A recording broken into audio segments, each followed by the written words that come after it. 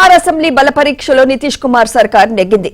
నితీష్ కుమార్ కు మద్దతుగా 129 ఓట్లు పడ్డాయి. దీంతో అసెంబ్లీ నుంచి విపక్ష సభ్యులు బయటకు వెళ్లిపోయారు. మరోవైపు స్పీకర్ అవధ్ బీహార్ పై కూడా అవిశ్వాస తీర్మానం నెగ్గింది. అనుకూలంగా 125 ఓట్లు, వ్యతిరేకంగా 112 మంది ఓట్లు పడ్డాయి. నితీష్ కు 3 ఆర్జేడీ ఎమ్మెల్యేలు మద్దతు తెలిపారు.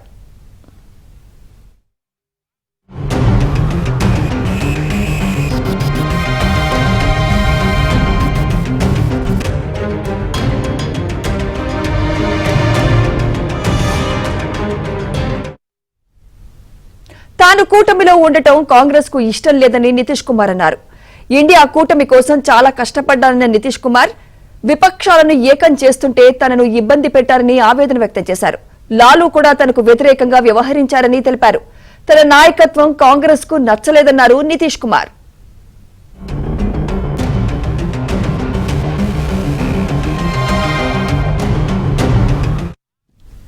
ఇదే అంశంపై మరింత సమాచారం మా ప్రతినిధి సతీష్ అందిస్తారు. సతీష్.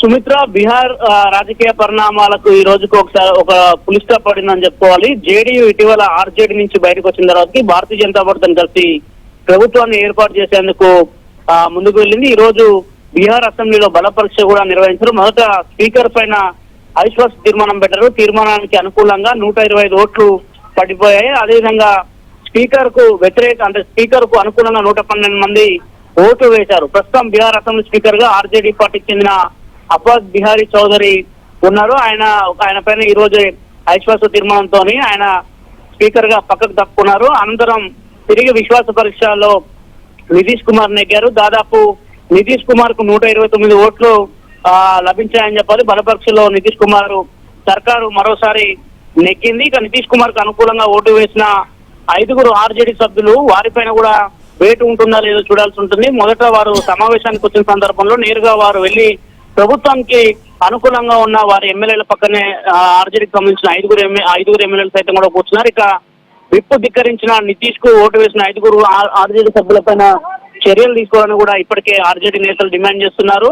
అనంతరం సభలో ఆర్జేడీకి సంబంధించిన నేత తేజస్వి యాదవ్ కూడా మాట్లాడారు. అనంతరం నితీష్ కుమార్ కూడా ప్రభుత్వం ఎందుకు కొత్త ప్రభుత్వం ఏర్పాటు చేయాల్సి వచ్చింది, వారి నుంచి ఎందుకు బయటకు వచ్చామన్న అంశాన్ని కూడా సభలో అయితే ప్రస్తావించారు. ఎటకేలకు 129 ఓట్లతోనే బలపరీక్షలో నితీష్ కుమార్ మరోసారి విజయం సాధించారు.